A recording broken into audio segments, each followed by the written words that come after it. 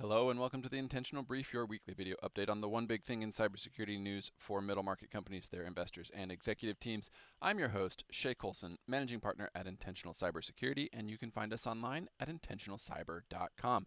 Today is Monday, December 8th, 2025, and while we've been talking a lot about AI lately, it's important to remember the human side of the equation, and that's where we're going to go this week. Actually, we talked last week a little bit about how people were putting all sorts of sensitive information into websites that could lead to further exposure of their organization's sensitive systems and data. And this week we saw a news story with a similarly stunning headline that says, quote, contractors with hacking records accused of wiping 96 government databases, unquote.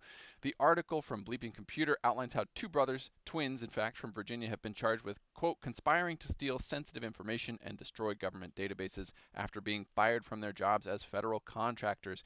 While that's not great, obviously, what's really not great is that both of these twin brothers were previously also sentenced to several years in prison in June 2015 after pleading guilty to accessing U.S. State Department systems without authorization and stealing personal information belonging to dozens of co-workers and a federal law enforcement agent who was investigating their crimes.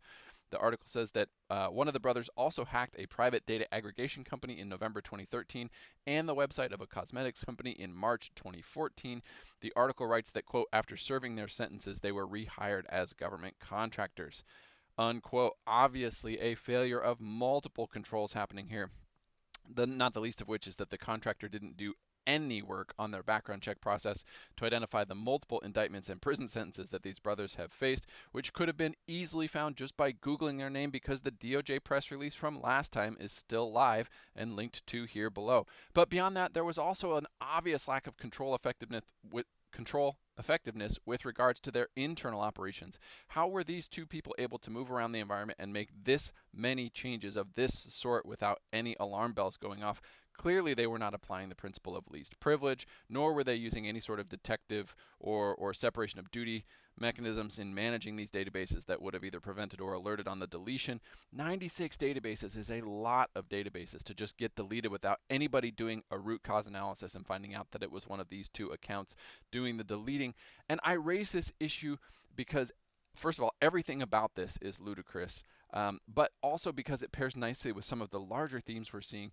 There was a really interesting post last week coming out of the UK's National Cybersecurity Centre, or NCSC, that noted that, quote, large language models may never be fully protected from prompt injection, a growing type of cyber threat that manipulates AI systems into ignoring their original instructions. The article notes that, quote, many security professionals mistakenly assume prompt injection resembles a SQL injection, a comparison labeled as dangerous because the threats require different approaches.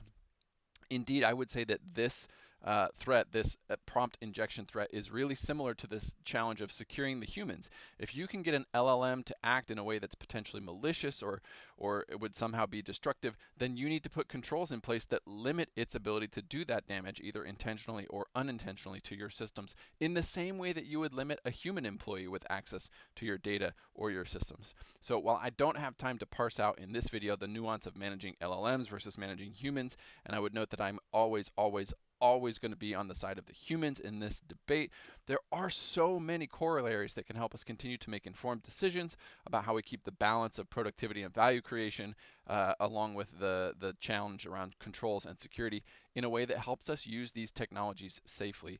As always, it comes down to getting a handle on the basics first before we try to get fancy. Otherwise, we are just asking for trouble, and in the case of LLMs, asking for trouble at scale. From a fundraising perspective, another quiet week with only about $2.2 billion in newly committed capital. Lots of announcements that funds are targeting large amounts, but on this channel we only count what's been committed. A reminder that you can find links to all the articles we covered in the comment section below. You can find back issues and written transcripts of these videos at intentionalcyber.com. And now sign up for our new monthly newsletter, The Intentional Dispatch, at intentionalcyber.com/newsletter. And we will see you next week for another edition of The Intentional Brief.